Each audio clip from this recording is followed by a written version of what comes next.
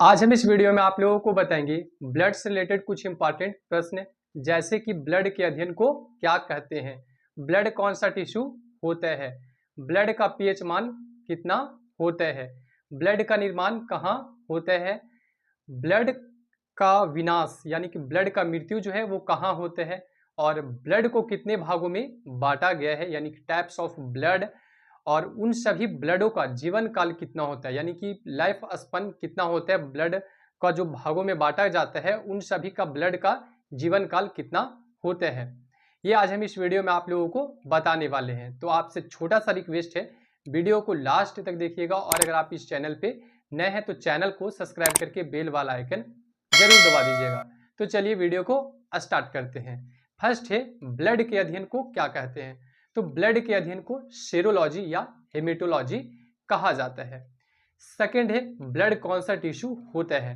तो ब्लड जो है वो एक कनेक्टिव टिश्यू होता है जो हमारे शरीर को जोड़ने का कार्य करता है। थर्ड प्रश्न है, ब्लड का पीएच मान कितना होता है। तो ब्लड का पीएच मान 7.4 होता है। जो 7.4 है वो क्षारीय होता है। आपको बता देते हैं कि 0 से लेकर के 7 से पहले यानी कि 0 से लेकर के 6.9, 7 से पहले क्या होता है, अम्लीय होता है, और 7 जो है वो उदासीन होता है, और 7.1 से लेकर के 14 तक क्या होता है, क्षारीय होता है। तो पीएच मान से रिलेटेड जो है वो वीडियो हम अपलोड कर चुके हैं, वो भी बिल्कुल ट्रिक के माध्यम से। अगर आप लोग नहीं देखें तो लिंक मिलेगा आपको डिस्क्रिप्शन में, आप वहां से देख सकते हैं। अगला प्रश्न जो है वो ये है कि ब्लड का निर्माण कहाँ होता है। तो ब्लड का निर्माण जो है वो अस्थि मज्जा, जिसको इंग्लिश में बोन मैरो बोला जाता है, वहीं पे होता है, यानी कि बोन मैरो में ब्लड का निर्माण होता है। और जो इम्ब्रियो होता है, इम्ब्रियो यानी कि भ्रूण, जो बच्चा माँ के पेट में पल रहा है, उसमें कहाँ होता है, तो उसमें होता है लीवर में, ठीक है, क्योंकि उसका जो बोन मैरो होता है वो पूरी तरीके से विकसित नहीं होता है, इसीलिए जो इम्ब्रियो होता है उसका जो ब्लड का निर्माण होता है वो लीवर में होता है।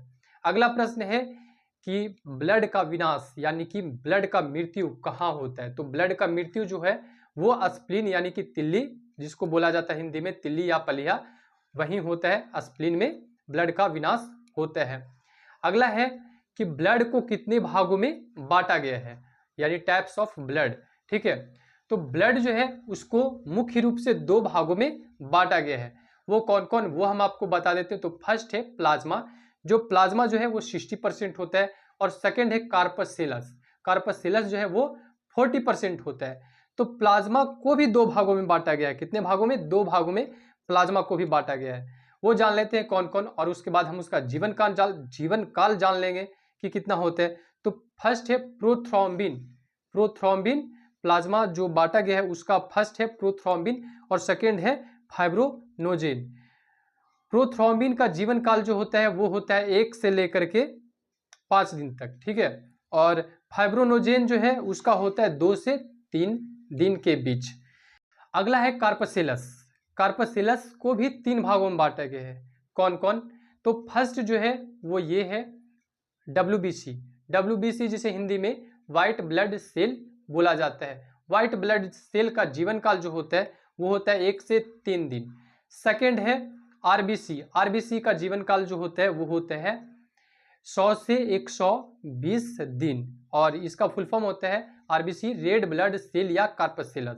अगला है प्लेटलेट्स का जीवन काल जो है वो होता है 8 से लेकर के 12 दिन के बीच, और प्लेटलेट्स अगर हमारे शरीर में यानी ब्लड में कम जाता है तो डेंगू और चिकनगुनिया जैसी बीमारी हो जाता है। तो ये था छोटा सा वीडियो, आप लोगों को कैसा लगा कमेंट करके जरूर बताइएगा, और चैनल पे नए हैं तो चैनल को सब्सक्राइब करके बेल वाला आइकन जरूर दबा दीजिएगा। मिलेंगे किसी दूसरे वीडियो में, तब तक के लिए धन्यवाद।